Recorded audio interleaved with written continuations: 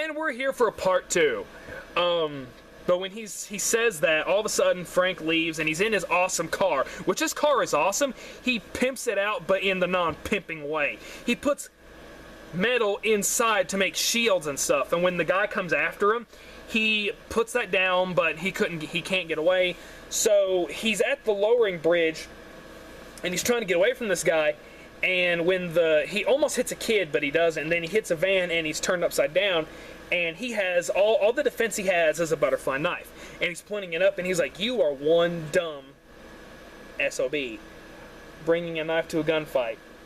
That is stupid. But the fact of the matter is that this butterfly knife is like one of those old ones. My cousin told me that this actually can happen. He pressed a button on the knife, and the blade went up into the guy's neck, and it killed him, and he took the car. So then we get to another thing where, actually this was earlier on in the film, but it establishes more when Joan becomes friends with Frank as her boyfriend, who is crazy and psycho. And he's in his apartment, and the boyfriend's like, "I'm gonna freaking kill you," and people say, "Hey, get out of here, or we're gonna call the cops." So he starts beating up Dave, and Frank's like, "Get out."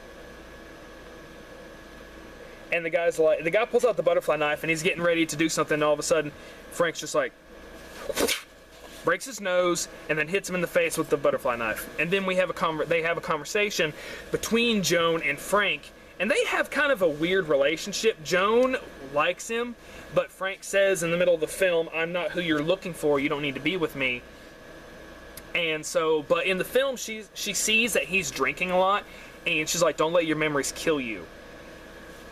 We're sorry about your family," you know. And every time someone brings up his family, you know, he does get sad and sentimental, but then he puts back on this mask of, you know, "I'm over it. I'm dead anyway. I'm not Frank Castle anymore. I'm someone else." And so she keeps telling him to not let his memories kill you, and about like the whole drinking thing, and he's like, "They're not going to kill me. I'm already dead." So, but they want Frank to have dinner with them, so what they do is they have Dave go in, and he's like, "Mr. Frank Castle, we need you to come to Joan's apartment because her abusive boyfriend is in her apartment right now." So when he comes in there, they're like, "We want you to have dinner with us." He looks at Dave like,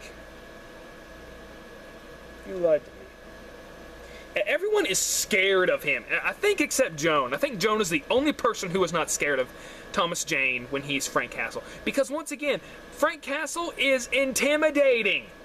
And I'm not talking about when he's wearing the shirt and carrying around guns. He's still intimidating.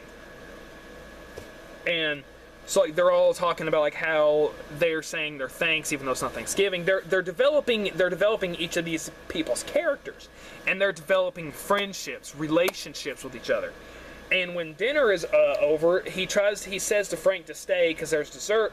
Joan talks to him and says, "You know, you can make new memories, good ones that will save your life, because they can." She's like, "I've been there where bad memories have almost killed me." So she's trying to help him, and then when she tries to kiss him, he's like, "You know, I'm not who you're looking for." And then he goes back to his apartment, and my favorite scene in this film was when Big Sexy, Kevin Nash from TNA Wrestling, WCW, the WWF, the Wolfpack, the NWO, "Hey yo!" Of course that was Scott Hall, but you know the tagline. He's playing the Russian, the big bad man who fights Frank in his apartment. This scene is hilarious. This is honestly my favorite scene in this film. They're trying to make the dessert, and Frank's in his apartment chugging down Wild Turkey whiskey. And so when the song's going on, he doesn't look through the peephole because he just thinks it's his neighbors. So all of a sudden, bam, big fist. He does everything to the Russian, hitting him with a pole, punching him. The Russian just chokes him, throws him up against the wall, take the butterfly knife, and after Frank stabs him, he's just like, "Please." He pulls out and stabs Frank in the chest with it. And what's really funny is whenever they look at the window, nothing's there, but when they're not looking, something bad is going on. Frank's getting choked. Oh, and in the film, I forgot to mention this, when they show him going to Tampa, Florida, and he gets his apartment, He freaking makes it into a war zone with a grenade under his sink. Guns everywhere. This guy is like my favorite. I would love him to design my room. I would love for him to design my house. You know, he's got a gun under the table. He's got a grenade under the sink. He crawls into the bathroom, pulls it, throws it. The Russian just hits it like a baseball. And Frank has that face like, crap. And he crawls into the bathtub. Sorry, I just picked my nose.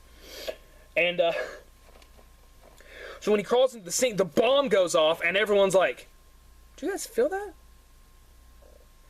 So he crawls out of the bathtub. He gets knocked through the wall with a toilet. And then finally, when the song ends, he knocks the Russian into the room, and the Russian is choking him half to death. So he throws the ice Florentine that was with boiling water onto his face. And this actually happened in the comics. He bull rushes him down the stairs, lands on his neck, and his neck breaks. And I was laughing every single time when this part happened. And another funny part where they're like, "Mr. Castle? Frank? I'm fine." And like they show the Russian of like how his neck's broken and blood's everywhere, and then he's like, "He's not." And he falls back, and they're basically helping him, like Jones stitching up his wound, and we get some more funny dialogue from Dave, and he's like, I know what he wants, so he gives him alcohol, and he's chugging the stuff. And so when Jones, like, you know, this is gonna hurt, he's like, he looks weak. Is he gonna die? Appearances aren't everything. You can let go now. And so then the mob comes by, and they come to see if the Russian has done what he's done, which they come to discover the Russian's dead. They find an elevator in Frank's room, and they hide him there. And we get with these two characters, Dave steps up big time. Because in this scene, this was one of the most gruesome scenes I have ever seen in my life. The mobsters are trying to find out where Castle is.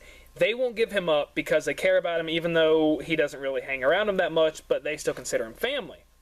You know, you stand up for the people you care about. They take pliers and pull out every single one of Dave's piercings. Oh, it was hard to watch. Golly, I've watched once again, as I have watched this film so many times, there's still a lot of scenes in this movie that gets to me. So, as that goes on, you know, they leave, and there's a guy that's standing there just in case when he comes back to kill him. He takes a paper cutter, like the ones like you see like with the blade, takes it off, uses it as a machete, and hits the guy in the middle of the head with it. Like a freaking machete. And then we get the dialogue between him and Dave, with Frank and Dave, and he's like, I've brought you nothing but trouble. Why would you be willing to die for me? And Dave's like, because you're one of us, man. You're family. And then we see Frank's loading up, and Jones like, you know, say you kill all of them. Then what? What makes you different from them?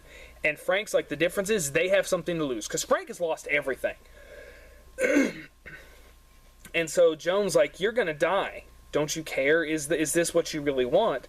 And so when she says that, he's writing a letter, and he talks about a word in Latin that they would make them recite at boot camp. If you want peace, prepare for war.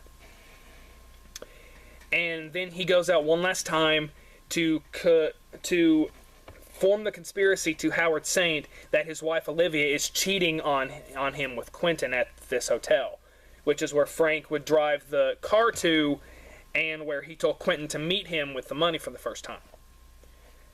So, and also with Mickey working with Frank to take down the Saints, he's his inside information. So Frank calls him, he's like, you know, tell him what you're supposed to tell him to get him to come kill his best friend. Frank makes Howard Saint kill his best friend and his own wife. It's scary. But before any of that happens, Frank goes to his best friend Jimmy, where he finds out that Jimmy sold him out, and he starts noticing this because there was a scene where when he comes back, he's like, you know, I don't want any protection, Jimmy, I just want to know who gave me up. They have a meeting again, and Jim is like, I spoke at your funeral. I couldn't imagine you dead. And then when he notices he got a new car, and he's like, well, I wanted something American.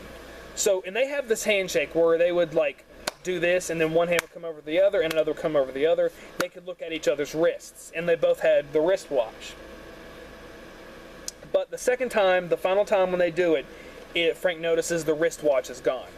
Frank says, I'm going to leave Tampa because there's no, I need to find peace, I'm not going to find it here. That's when he finally figures out, my best friend sold me out. So he goes to his house, and he's like, what happened to your boat? And he's like, broker told me don't sell, don't sell. And he's like, I'm a retired cop, get off my back. And he's like, all right, Jimmy. And then he's like, why'd you call me the other day? Why didn't you run when you seen I was still alive? Jimmy's pointing a gun at him, and he's like, how long have you known? And he's like, not for a very long time, not until now, but bet on it. He told him to stay away from the casinos. He didn't listen. He tries to shoot him, but Frank's not stupid. He took the bullets out of the gun. He finally gets him to confess that he did it. So he's like, let's say goodbye like good friends we were, not like animals. So he makes his friend commit suicide. Yeah. So then Howard Saint finally figures out what's going on. He goes to Quentin's house, stabs him to death, because he thinks Quentin and Olivia had an affair. So he stabs him, and it's so freaking scary. When John Travolta goes nuts, he goes nuts. He stabs his friend, he slices his arm, he stabs him again, twists, and he just keeps stabbing him. Of course, I thought this was funny. When he's stabbing him and he's pulling the knife out, there is no blood on the knife, which I thought that was pretty funny. So, but when he kills his wife, it's a lot more hard to watch, because I just can't stand anything bad happening to women. I cannot stand. I won't watch the Hostel films, because even though it's like Saw, the difference though, the reason why I will not watch Hostel is because it's just people getting tortured for fun, when as for Saw, the people are in the situations because of their own fault, and they're learning a lesson. But as for Hostel, no. But I just can't stand watching women get tortured. I can't stand it. So he doesn't torture her, but the fact of the matter is, he smacks her, and he throws her off of a bridge. That's a little extreme. Why didn't you just shoot her or just leave her on the street? He throws her off a bridge, and she gets hit by a train. And she's even like, Howard, Quentin was gay. And the reason why he starts thinking this conspiracy is when he gets told that Quentin was at the motel the first time, he sees them two together, and he's like, okay, something's going on, this ain't right. So, but then, he doesn't think anything of it. But when it all comes down and he murders his wife, Frank's getting ready. He's got all these weapons. He's got a bow and arrow, double shotgun, machine gun with a grenade launcher, a bow and arrow. And it's like, this guy is an expert marksman. He pulls back the bow and arrow, shoots a guy in the neck, and then he sneaks around the parking lot putting all these sticky bombs, which has a purpose at the end of the film. We're getting ready to get to that. So then he goes around, he shoots an arrow through the guy's neck sideways. He shot the other guy in the stomach. And he's sneaking around, putting more bombs around. And when a guy's coming up the stairs, he pulls a knife and cuts the guy's throat at the same time when they're popping the champagne. So the guy's upstairs like, hey, bring us some more champagne. And he's like, I just killed a champagne guy. So then what he does is, and this is genius, because Frank has been in the FBI, he is a genius when it comes to stuff like this. He takes one of those bombs, or the criminal mine, or something like that, and he puts it at the bottom of the wine chest with like the ice and stuff. When they pull it, the bomb goes off, and all heck breaks loose. Howard Saint puts a bounty on Frank Castle's head. $15,000 for who accepts it, and $15,000 when they kill him. That doesn't happen. He blows up the place, pulls out his machine gun, starts shooting people, pulls out his pistol, the double-barrel shotgun, shoots somebody. One guy in the beginning of the film, Frank didn't kill him, but he almost did. But in this part, he does. What he does is the guy shoots Frank twice. Frank's wearing a bulletproof vest, and this was one of my favorite speeches. He's like, Frank Castle's dead. He died with his family. And he talks about how sometimes you have to seek justice that's outside the law. And he says that this isn't vengeance, but it's punishment. Oh, he punishes these people. So he takes the shotgun, blows the guy's foot off, breaks the guy's arm, takes a knife, stabs him from the arm in the butt, and then he takes a knife and shoves it through his mouth. I've done that in the Punisher game, and that is freaking sick. So Howard Saint's running, and he's limping because of a lot of stuff that happened, but when he gets down to the lobby, another bomb goes off, and it destroys these two nice cars, which my cousin cried when they killed the two cars. But, so Frank hears a movement in a room, and it's John Saint. He's pinned down. Frank moves his gun, and he basically puts the mine in his hand, and he ties a wire to something, and when it goes down, the bomb will go off. So then he runs into Howard Saint, and he's like, "You took everything from me. You killed my son." Both of them. So then we have another standoff, and there was a lot of standoff in these films, and it was awesome. One in the beginning of the lobby with these two others. He pulls out two guns and just shoots them like awesome people. There's a standoff between him and the guy in the cafe. There's a standoff between him and the Russian. There's a bunch of standoffs in this film, and they work. They work. So we have the last standoff. He shoots Howard Saint, and he basically shows the pictures. He's like, "Made you kill your best friend. Made you kill your wife. Now I've killed you." He ties him to the bottom of a car, sends him down, and he starts blowing up all the cars. And Howard Saint's car catches on fire, and then he blows it up. The car stops in perfect place, as it is in the form of the skull, which I, thought was awesome. Justice has been served. Frank goes back to his apartment, and this was another scene that was hard to get to watch, because Frank is still drinking. He's basically like, "All right, I've served my purpose. I've killed the people who killed my family. I'm wanting to join his family. I'm wanting to join my family." He gets the gun, and he puts it to his lips, and he's thinking about his wife before he does it. And he sees flashbacks of his wife sad. And when he's getting ready to do it, the last shot he sees is her crying, walking away. And it's the image, well, I'm guessing, it's the image of, "I don't want you to kill yourself. We're in heaven. If you do this, you won't be with us." And then he comes to realize, my wife would not want me to do this. I've got actual work to do. So the film ends with Frank Castle talking to Joan. He's like, "You're right. Good memories can save your life. I'm leaving, but I've left something for you and Dave in the cupboard." And he's like, "Read your newspaper every day and you'll understand." And she says, "Which one?" And he says, "Obituaries." The film ends with Frank Castle on the bridge, and with the last speech of the film, he's like, "Those who do evil to others, killers, the rapists, psychos, sadists, you'll come to know me well. Frank Castle is dead. Call me the Punisher." Film ends with him looking at the shirt. This is easily my favorite, probably my favorite comic book film. I love the Avengers, the Amazing Spider-Man, Captain America. I love all of those films, but this one I have to say is my favorite comic book film of all time. It holds a special place in my heart because I guess you could say I got obsessed with the Punisher. I have 3 Punisher shirts. I have the Punisher game. I have the Punisher movie. I dress like the Punisher a couple times. No, I did not go to school like that, trust me. But I just loved the Punisher so much. I loved the story. I loved the acting. I loved the scenes. I loved the album. Daredevil and The Punisher are the 2 best albums we've ever got from comic book films. Guys, I strongly recommend, if you are a fan of The Punisher, watch this movie, play the game. If you're going to watch the Punisher movies, watch this one first before you watch Warzone.